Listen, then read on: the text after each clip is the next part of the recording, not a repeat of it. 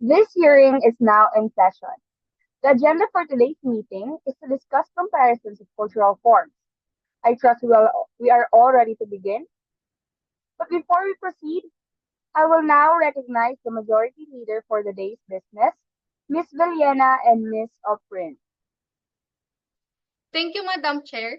As outlined, in today's hearing, we'll be focused on comparing cultural forms in our country, and I invite our colleagues to share their insights to the matter so we can work the productive session. And now I yield the floor back to the chair. Thank you, Ms. Villena. I now open the floor for discussion. Members of the board, you may now proceed. Madam Chair, I would like to start by saying that the first two cultural forms I will highlight are popular culture and high culture. Popular culture is referred to the set of practices, beliefs, and objects that are dominant in the mainstream. Is it this culture that most people are exposed on a daily basis? In contrast, high culture is associated with the elites or upper class in the society. It includes art forms and intellectual people. They are deemed more refined or superior, like classical music, fine arts, and literature. In terms of accessibility, popular culture is easily accessible and widely available to the masses. On the other hand, high culture tends to be less accessible. It's often exclusive to those who have financial support or social standing in the society. Ms. Villena, can you give us an example of those cultural forms na sinasabi mo?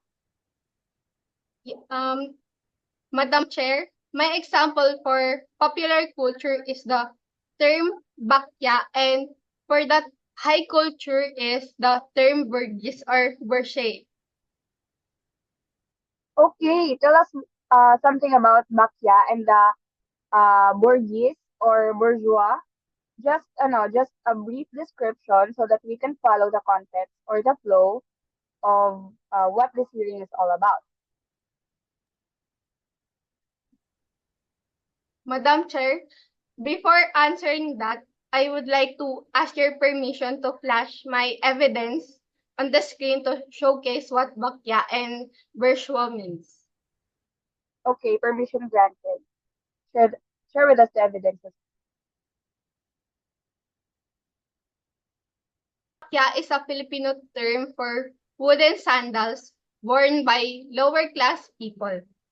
Over time, the bakya symbolizes the cultural division between poor and upper class in the Filipino society. In Filipino culture, bakya has come to represent the taste, lifestyle, and cultural practices on the broader working class population.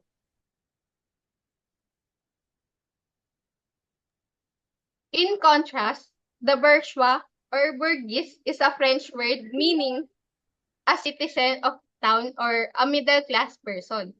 It is associated with reference of deemed high culture, such as classical arts, foreign films, and prestigious films or literature. In the Filipino context, bourgeois connotes someone well-dressed, well-mannered, and possessing a certain level of cultural elitism.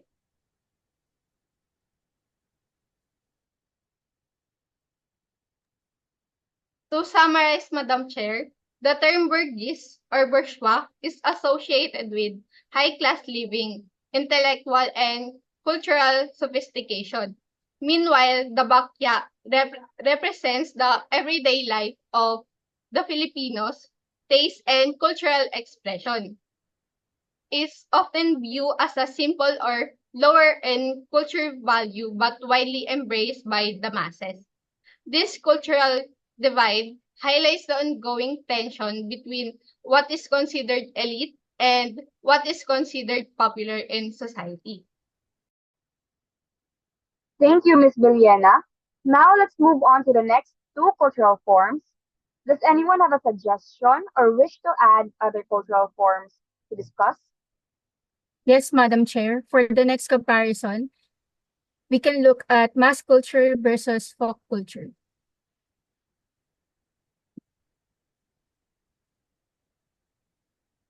Okay, so what's the difference between the two? And can you provide us with some examples, please? Yes, Madam Chair. So, mass culture is mass produced and driven by business motives intended to reach the large audience. This culture is typically seen as predictable and widely familiar, designed to appeal to the broadest possible demographic.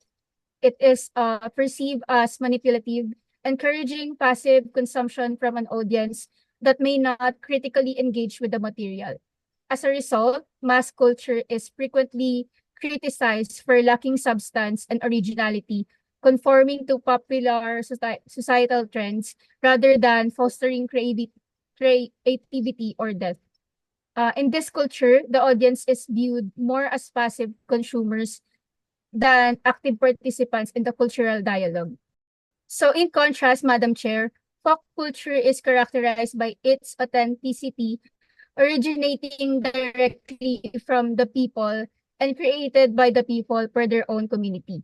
It is frequently associated with working class and is seen as a form of symbolic resistance to capitalist and commercial forces.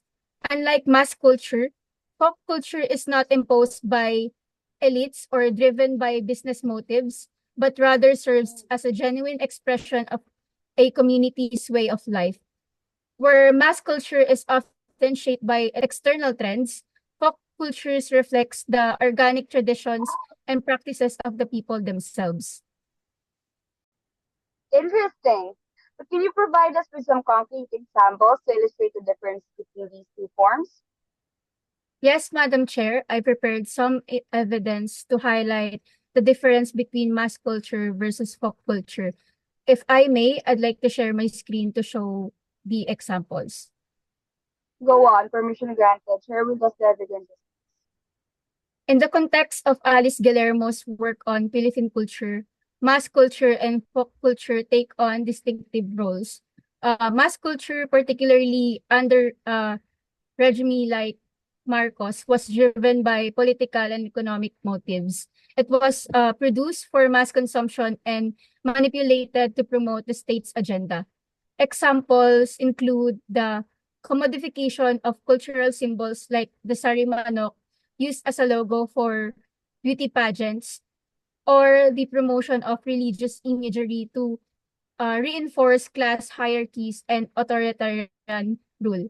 So this form of culture often prioritize spectacle over substance, seeking to pacify and manipulate the masses, aligning closely with commercial and political interests. Oh, I completely agree with that, no? That was really a striking period in our history, di ba?